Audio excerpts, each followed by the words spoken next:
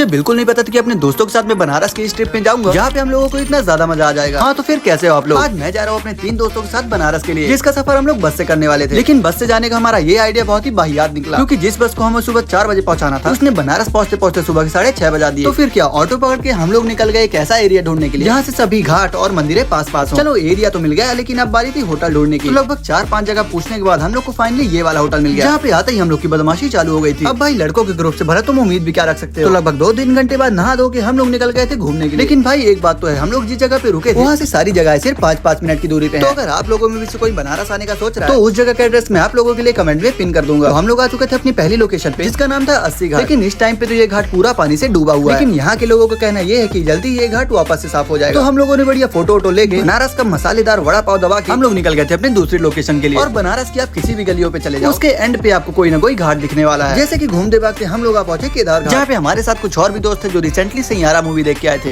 तो इसी के साथ यहाँ की बनी हम लोग मंदिरों को दर्शन करते हैं और निकल जाते हैं काशी विश्वनाथ मंदिर के लिए, जहाँ पे रास्ते पे ही हम लोग को कुछ फॉरेनर्स भी देखने को मिल जाते हैं। लेकिन मंदिर पहुंचते ही हमारे साथ कुछ दिक्कत हो गई। पर वो क्या, आईडी को फॉलो कर लो, नेक्स्ट ब्लॉग में सब बताता हूँ। मुझे बिल्कुल नहीं पता था कि अपने दोस्तों के साथ मैं बनारस की इस ट्रिप में जाऊंगा जहाँ पे हम लोगों को इतना ज्यादा मजा आ जाएगा। हाँ तो फिर कैसे हो आप लोग? आज मैं जा रहा हूँ अपने 3 दोस्तों के साथ बनारस के लिए, जिसका सफर हम लोग बस से करने वाले थे। लेकिन बस से जाने का हमारा ये आइडिया बहुत ही वाहियात निकला, क्योंकि जिस बस को हमें सुबह 4 बजे पहुंचाना था उसने बनारस पहुंचते पहुंचते सुबह के 6:30 बजा दिए। तो फिर क्या, ऑटो पकड़ के हम लोग निकल गए एक ऐसा एरिया ढूंढने के लिए जहाँ से सभी घाट और मंदिरें पास पास हो। चलो एरिया तो मिल गया, लेकिन अब बारी थी होटल ढूंढने की। तो लगभग 4-5 जगह पूछने के बाद हम लोग को फाइनली ये वाला होटल मिल गया, जहाँ पे आते ही हम लोग की बदमाशी चालू हो गई थी। अब भाई लड़कों के ग्रुप से भरा तुम उम्मीद भी क्या रख सकते हो। तो लगभग 2-3 घंटे बाद नहा धो के हम लोग निकल गए थे घूमने के लिए। लेकिन भाई एक बात तो है, हम लोग जिस जगह पे रुके थे वहाँ से सारी जगह सिर्फ 5-5 मिनट की दूरी पे है। तो अगर आप लोगों में भी से कोई बनारस आने का सोच रहा है तो उस जगह का एड्रेस मैं आप लोगों के लिए कमेंट में पिन कर दूंगा। तो हम लोग आ चुके थे अपनी पहली लोकेशन पे, जिसका नाम था 80 घाट। लेकिन इस टाइम पे तो ये घाट पूरा पानी से डूबा हुआ है। लेकिन यहाँ के लोगों का कहना ये है कि जल्दी ये घाट वापस से साफ हो जाएगा। तो हम लोगों ने बढ़िया फोटो वोटो लेके बनारस का मसालेदार वड़ा पाव दबा के हम लोग निकल गए थे अपनी दूसरी लोकेशन के लिए। और बनारस की आप किसी भी गलियों पे चले जाओ, उसके एंड पे आपको कोई ना कोई घाट दिखने वाला है। जैसे की घूमते भागते हम लोग पहुंचे केदार घाट, जहाँ पे हमारे साथ कुछ और भी दोस्त थे जो रिसेंटली सैयारा मूवी देख के आए थे।